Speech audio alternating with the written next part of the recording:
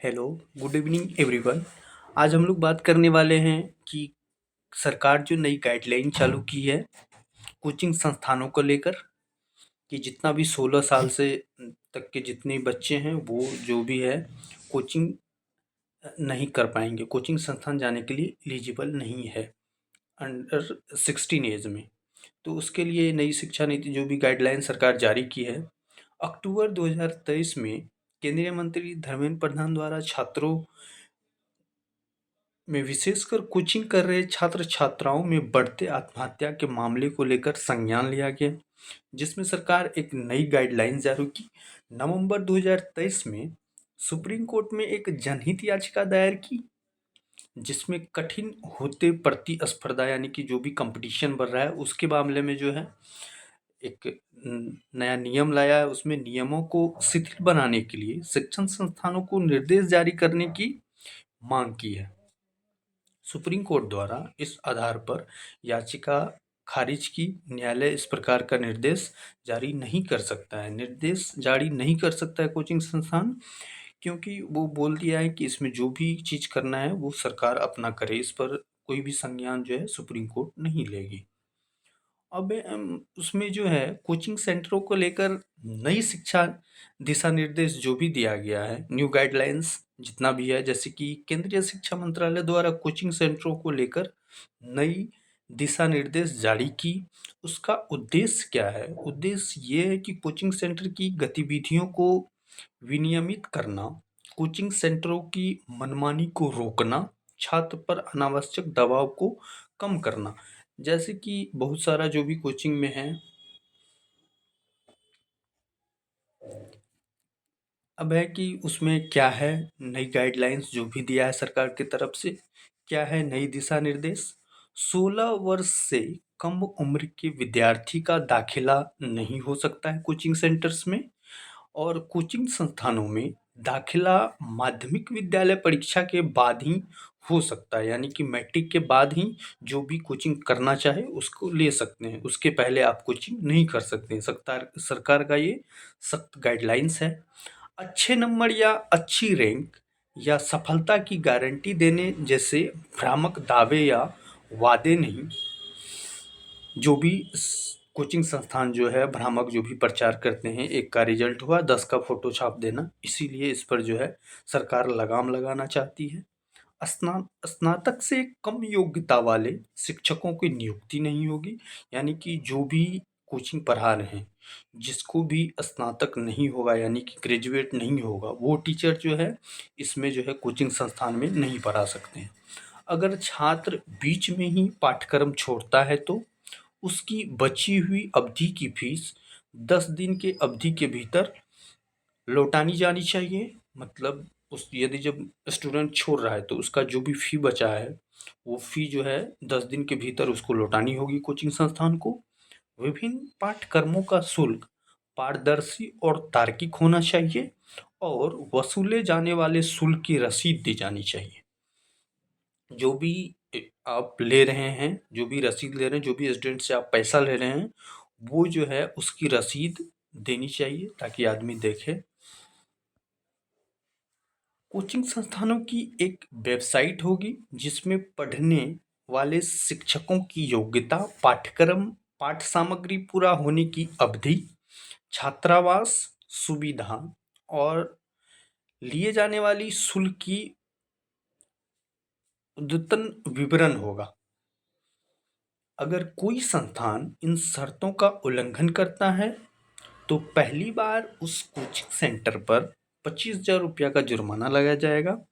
बार बार उल्लंघन करने पर जुर्माना की राशि 1 लाख तक और पंजीकरण भी रद्द किया जा सकता है। यानी कि जो भी कोचिंग संस्थान जो भी सरकार का गाइडलाइंस नहीं मानता है, उसका गाइडलाइंस का अवहेलना करता है, तो फर्स्ट बार जो भी उस पे एक्शन लिया जाएगा उसको जुर्माना के तौर पर 25,000 रुपया का जुर्माना लगाया जाएगा। और बार बार उल्लंघन करने पर यदि जब बात नहीं मान रहा है तो उसको जो है उसका रजिस्ट्रेशन जो भी है वो रद्द किया जा सकता है।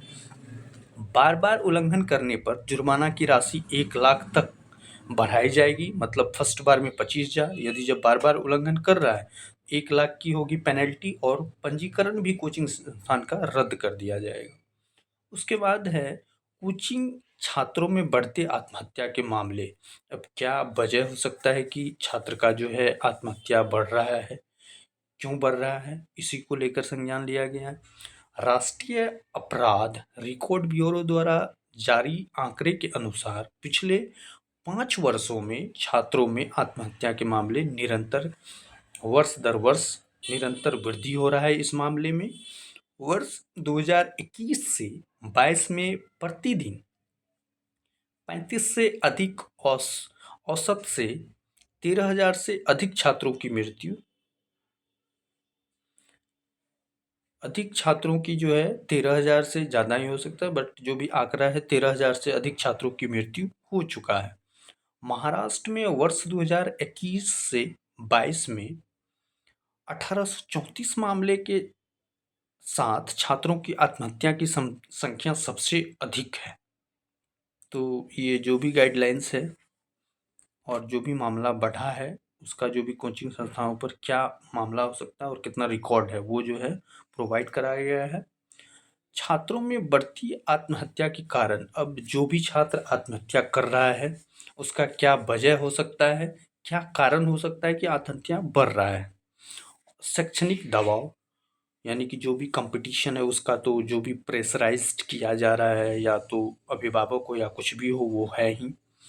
और सबसे फर्स्ट ऑफ ऑल ये होता है कि पैसा घर से जो भी जाता है स्टूडेंट पढ़ने के लिए बाहर दिल्ली पटना जहाँ भी जाता है वो अपना बैकग्राउंड से लेकर वो जो भी आता है बहुत नीचे स्तर का जो भी बच्चा जाता है तो अपना फार्मर बैकग्राउंड का जाता है, पैसा लगा उसका तो प्रेशर रहता ही रहता है।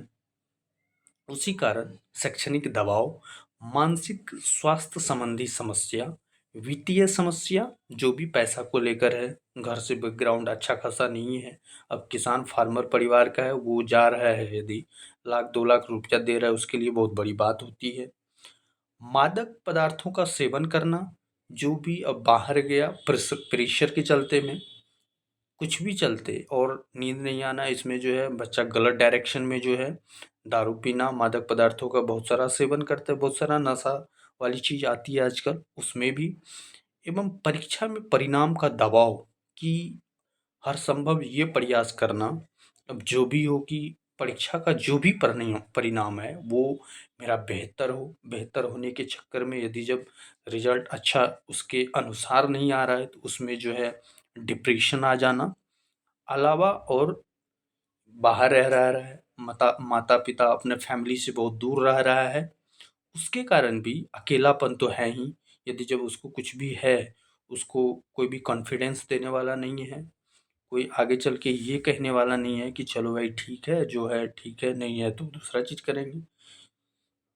और उसके लेकर सजेशन, राय क्या है, जो राय मांगा गया है, सुझाव, सरकार समर्थन प्राप्त सरकारी समर्थन, पर्याप्त संस्थागत तंत्र विकसित करना, बेहतर मानसिक स्वास्थ्य सेवाएं, शिक्षकों के साथ ही अभिभावकों का भावनात्मक समर्थन अवश्य, और समस्त व्यक्तित्व विकास पर ध्यान केंद्रित करने संबंधी पहला कारण पहल करना, शिक्षा एवं कोचिंग संस्थानों के व्यवसायीकरण की प्रवृत्ति पर अंकुश लगाना। जो भी शिक्षण संस्थान है वो जो है रिजल्ट एक होता है और भ्रामक प्रचार करना उस पर भी लगाम लगाना है।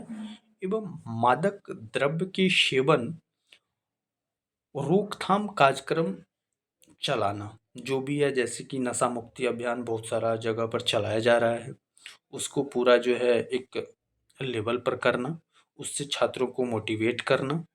जो भी कोचिंग संस्थान है उसमें जो भी सुझाव है और आप